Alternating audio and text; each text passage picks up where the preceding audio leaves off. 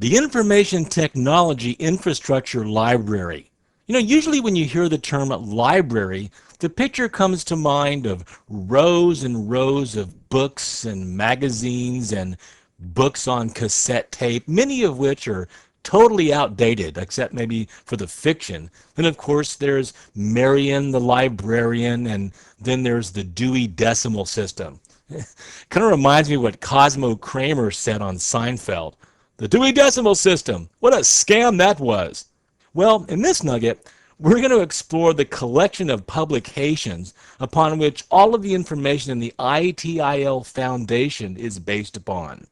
And no, I won't be sending you on a scavenger hunt at the card catalog. I promise. So, giddy up. In this nugget, we're going to cover 4 general areas.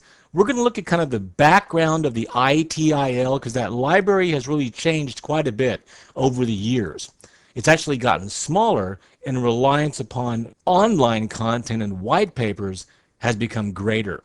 We'll look at the ITIL version 3 books, all 5 of them, and break them down.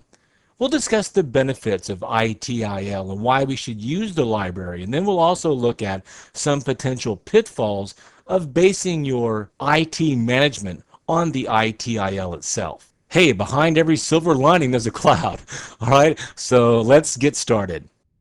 The IT Infrastructure Library is basically a group of best practices for IT service management. It was generated back in the late 1980s by a British government body that's now been absorbed within the Office of Governance Commerce, or the OGC. It used to be called the CCTA.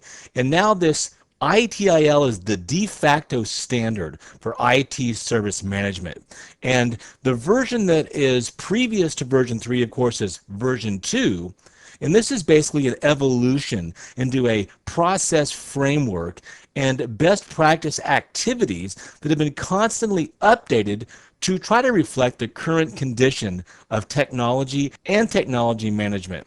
It's available to the general public, and it's available under an open copyright, which allows organizations and companies and businesses to use the information freely, and it's supported by many well-respected companies, many Fortune 500 companies.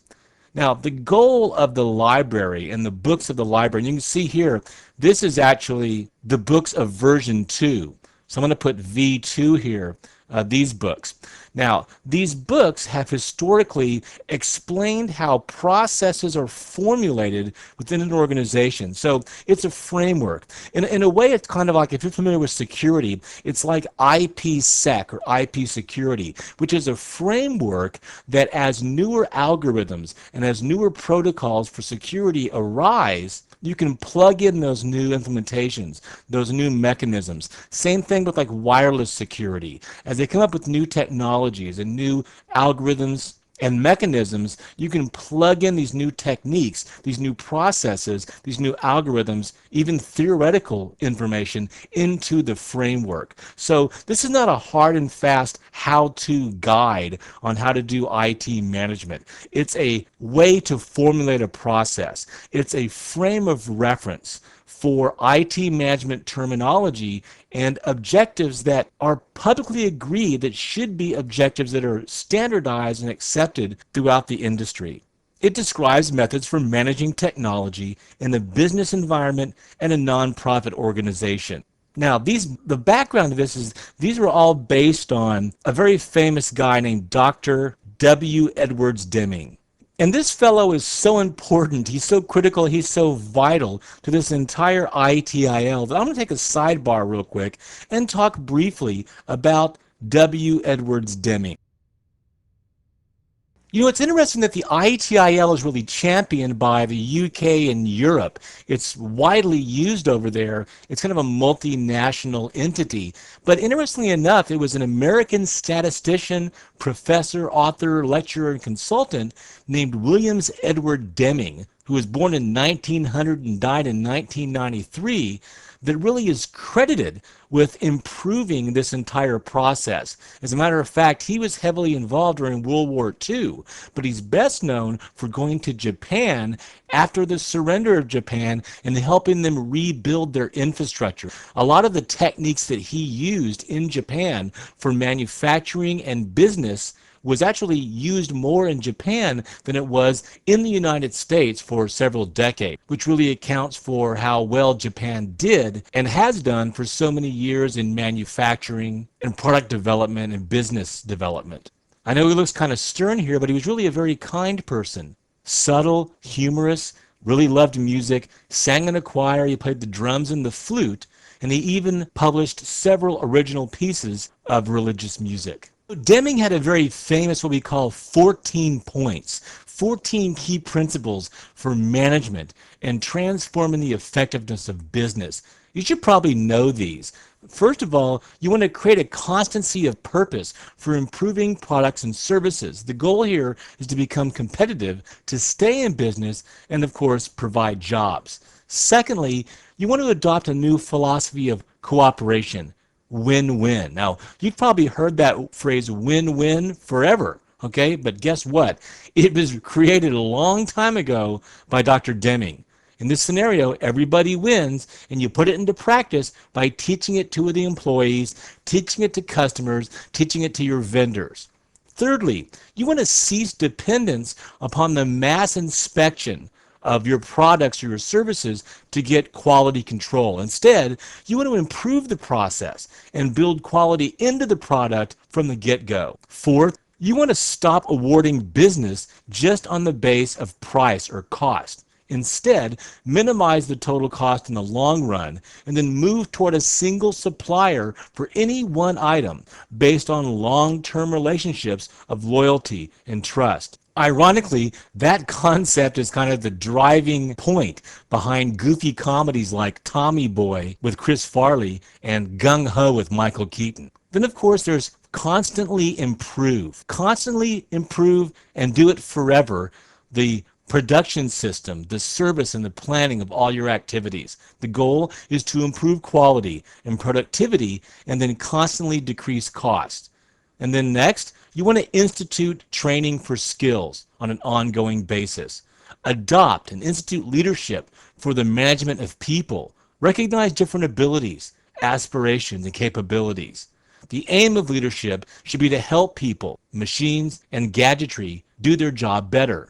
Drive out fear and build trust so that everybody works more effectively. Then, build down barriers between departments or business units. Abolish competition between business units. Build a win-win system of cooperation within the organization. Eliminate meaningless slogans and exhortations and targets for reaching zero defects or new levels of productivity. These things only create adversarial relationships, which result in low quality and low productivity. Eliminate numerical goals, numerical quotas, and management by objectives. Instead, substitute leadership. Number 12, remove the barriers that rob people of the joy of work, of the good feeling of putting in a good day's work. This means abolishing annual ratings or merit systems that rank people and create competition or conflict. Put in place a vigorous program of education and self-improvement. And then 14, put everybody in the company, the organization, to work to accomplish the transformation. Transformation is everybody's job. Deming said a lot of things. He was brilliant. He taught a lot of things and had a lot of great quotes like, "There's no substitute for knowledge," or "The most important things cannot be measured. Experience by itself teaches nothing." He also said, "By what method? Only the method counts." And my favorite, "You can expect what you inspect."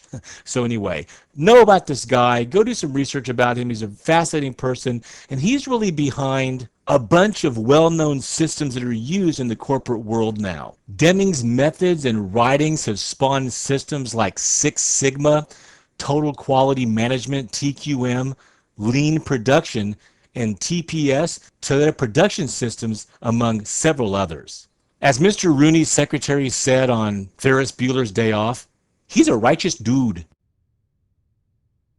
So each one of the ITIL publications is going to address or cover a segment of the framework. It'll outline what's needed to organize your IT service management. It'll define objectives, activities, inputs, and outputs of each one of the processes that's necessary in your IT organization. Remember, ITIL does not govern or prescribe how these activities are going to be put into place. Okay, this can be a different situation in every organization. Its goal is an approach, a proven approach, that can be implemented a number of different ways. It's a framework for planning the essential processes, roles, and activities, indicating the links or the connections between each of these entities and the lines of communication that are necessary.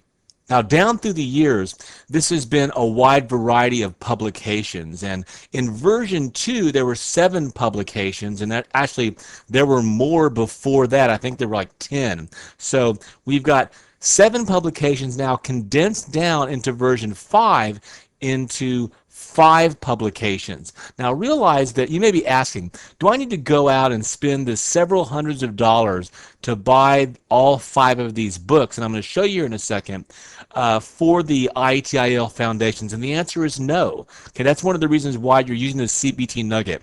I do that work for you. I go and I condense it down. I give you the key information that you need for the foundation exams. Now, if you're going to go farther than that, and you're going to become an ITIL practitioner, then absolutely, you want to invest in the entire library.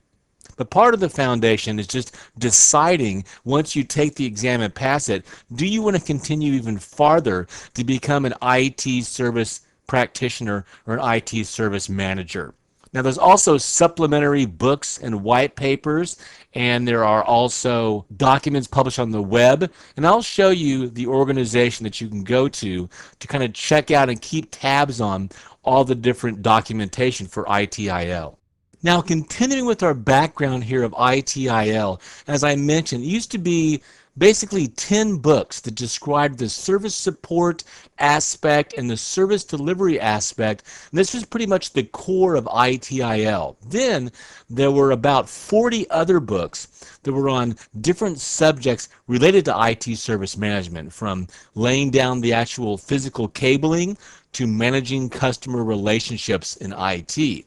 But the original books of the ITIL mostly dealt with IT service management from an information technology perspective. Now, the business perspective set had 3 different titles, and this was basically brought into play to kind of bridge the gap between business and IT organization. You can see here an example of, there was 2 volumes called The Business Perspective, there was Planning to Implement Service Management, and then there was kind of a case study document called ITIL Small Scale Implementation.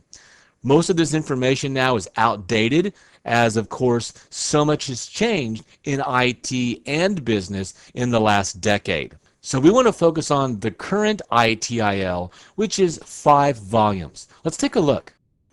As I mentioned, the de facto standard for several years was ITIL version 2, and basically it had a series of books that we just saw, each one which covered one of the major disciplines in information technology. We also saw the supportive books that go along with it. But in December of 2005, the OGC, the UK's Office of Government Commerce, issued a notice of ITIL refresh, and this would be the Information Technology Infrastructure Library version 3, or ITIL version 3, which became public on May 30th, 2007, which introduced the publication of 5 new core texts: service strategy, service design, service transition, service operation, and continual service improvement, as well as a web-based glossary that you can get from the OGC by going to their website. Let me show you what that glossary looks like. This is the PDF file that you can get from the OGC. This is ITIL version 3 glossary, version 3.1.24 from May 11th, 2007. You can see here it shows you on this page, it has the terms acceptance to alert. And then you can move down through here, and of course you have your term over here in this table, and on the right-hand side, a definition. And so we can go down through here. This would be a really great document for you to get. You don't have to memorize all of these different terms. Obviously, if you were going to go on and move into the practitioner and management, you would ultimately want to know these, but this will help you as a supplementary document to go along with, and I would want to have this just to kind of peruse and maybe go through some of these terms before you take your foundations exam. So this is the ITIL version 3 glossary, about 57 pages in a PDF file.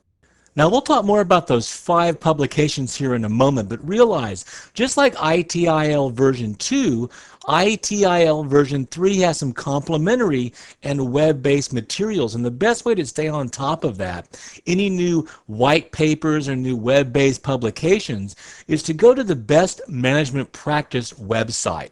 And this is best-management-practice.com. This is the official umbrella website that's going to give you information on the Office of Government Commerce OGC compliance standards. Not just ITIL, but as you can see also Prince 2 for project management, MSP, and MOR for risk management. You should also be able to find a free PDF version of that ITIL version 3 glossary that I just showed you here. This is one of those things you want to add to your favorites to keep up with supplementary materials. Next, I want to do a brief overview, kind of a fundamental view from 2,000 feet of each of these 5 publications. Now realize that this Foundation CBT Nugget is not laid out on a book-by-book basis. That's not really how the Foundation exam is going to test you.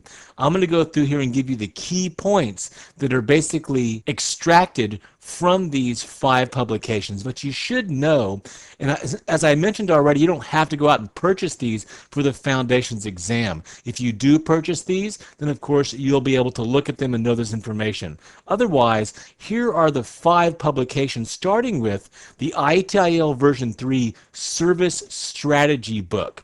The Service Strategy book is going to evaluate the alignment of business and IT strategy. And this is really one of the main key focuses of change in ITIL version 3 over version 2, is this focus on the alignment of IT and the overall business, the management of IT throughout the business complete life cycle, and the importance of creating business value through information technology, going beyond just the processes and the execution of processes. So service strategy looks at alignment of IT and business. You want to make sure that your service life cycle focuses on customer-centric results. That's what we focus on in service strategy. The strategy to associate the different process elements to IT and to put into place solid business goals, requirements, and service management principles. These are the 4 key areas that are looked at in the service strategy book. Next is the service design publication. And by the way, this is the actual book right up here that we're looking at in the upper left-hand corner. The ITIL service design publication is going to give guidance on production as it relates to IT and the maintenance of IT policies. It looks at the design to meet the current and future business needs. Obviously, this is a design aspect. It also addresses architectures as well as proper documentation for the design of targeted, innovative IT solutions, processes, and techniques.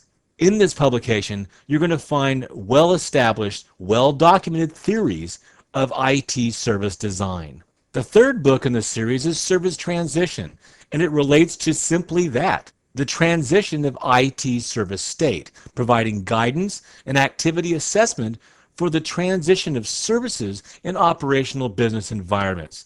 It's going to cover the broad role of change management, release management, and deployment administration. Service transition is going to consider things like risk, benefits, the delivery mechanisms and changes to those mechanisms, as well as support of the ongoing operational services. Remember, for many organizations, transitioning to an ITIL solution is going to involve a lot of complex changes and complex processes. some of which will affect the very core of the business. Here's the ITIL Service Operation Book. This is going to include operational aspects of information technology service management lifecycle. Remember, this life cycle is a key aspect of the ITIL. It's also going to have service support information and ICT infrastructure management from the ITIL version 2 library. You know, I don't want to blow by this phrase right here, ICT infrastructure. You might want to write this down. ICT stands for Information Communication Technology. This is defined by the ITAA as the study, design, development, implementation, support, or management of computer-based information systems, particularly software applications and computer hardware. In a nutshell, it deals with the electronic computers, computer software, the process that converts, stores, protects, processes, transmits, and retrieves information in a secure fashion. That's what ICT is. So the service operation is going to relate to this very key ICT infrastructure. It's also going to cover incident management and handling, event management, request management, problem, and identity management. The Service Operation publication also addresses team and function aspects of service management. And finally, our fifth book with the starfish here on the cover is the ITIL Continual Service Improvement. This is going to deal with how to deliver consistent, repeatable process activities for IT service management. It's going to put focus on the importance of continual improvements. Remember, I mentioned this earlier when we looked at some of the famous axioms of W. Edwards Deming. One of those things was consistent and continual improvement. This book also focuses on the process elements of identifying and introducing service management improvements, as well as dealing with service retirement issues, or putting processes out to pasture. Well, those are the 5 books of ITIL version 3. Here's a nice diagram that shows the ITIL publications, the 5 publications of version 3, is kind of at the heart or the core of this entire infrastructure. Now, spawning from these publications, you have organizations. Organizations like the ITSMF, which is the IT Service Management Forum, an independent, internationally recognized forum for IT service management professionals across the globe. It's a non-profit organization, and it's the prominent player in the ongoing development and promotion of the IT service management best practice standards and qualifications, going all the way back over 15 years. And of course, there's the UK's OGC, which offers a range of products and services covering the best practice methodologies on a wide variety of topics, which are industry standards in both the public and private sectors. Then, of course, you have training organizations that train on ITL service management and individual consultants, those who have obtained the foundation certification, the practitioner and management certification, and go out there on their own and consult for organizations and businesses. And then the different arms of qualification. We talked about these in the first nugget, the ISEB and the EXIM, the ones that deliver the testing services to qualify individuals to get those certifications. Then, of course, various third-party vendors create different software solutions for implementation, design, management, and delivery of IT service management solutions. Finally, I want to lay out some of the benefits as well as disadvantages of basing your IT service management structure on the IT information library. Kind of some pros and cons. First of all, what are the pros? What are the benefits? Well, our service level agreements become more customer focused. We're able to better manage quality, availability, reliability, and cost. We improve the communication with our IT organization. We develop a more efficient, lucid structure, a more focused approach. We get better control of our IT infrastructure and services. It provides a standard framework for IT outsourcing, which is such a popular solution nowadays. ITIL changes the culture towards service and quality management, away from just simply a results-oriented approach. And it gives us a frame of reference for standardization as we interoperate with other companies, other vendors, other solutions across the globe. Of course, not everything is peaches and cream. Okay, there's some pitfalls and disadvantages to using ITIL. Potentially, this could involve a drastic change in your organization's business culture. It could take a long ramp up for your company to fully deploy IT service management. The older and more vertical your company is, the longer the ramp-up process. There's also a risk with ITIL, this is very common, of kind of over-engineering by getting so militant and religious almost about ITIL that you end up over-engineering it and actually creating a bureaucracy based on ITIL. And the resulting bureaucratic overhead is actually counterproductive.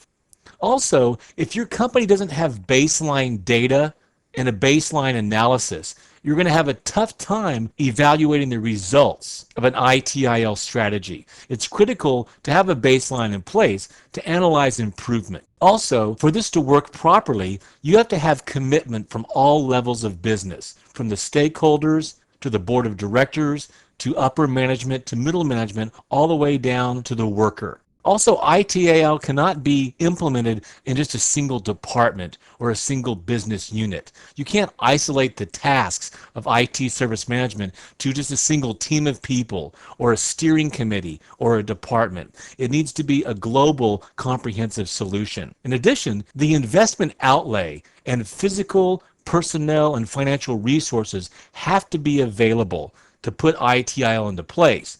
And remember, the costs can inflate quickly. And then finally, you must understand ITIL as a framework of best practices. Okay? It's not a religious document. It's not like the Magna Carta or the U.S. Constitution. It's a framework of guidelines. And if you keep that in perspective, it will help you to have the right approach to implementing and deploying ITIL service management. Well, that being said, we're going to move beyond some of these introductory topics here as we start getting into the meat of the ITIL and all the different various topics that will be tested on the Foundations exam. In this second movie of the ITIL Foundation CBT Nugget series, we looked at the actual library, the Information Technology Infrastructure Library. Looked at 4 key points. Background of the ITIL, little overview, ITIL version 3, the 5 books of version 3, the benefits and pitfalls of ITIL. I hope this CBT Nugget's been informative for you. I want to thank you for viewing. We'll see you in the next Nugget movie.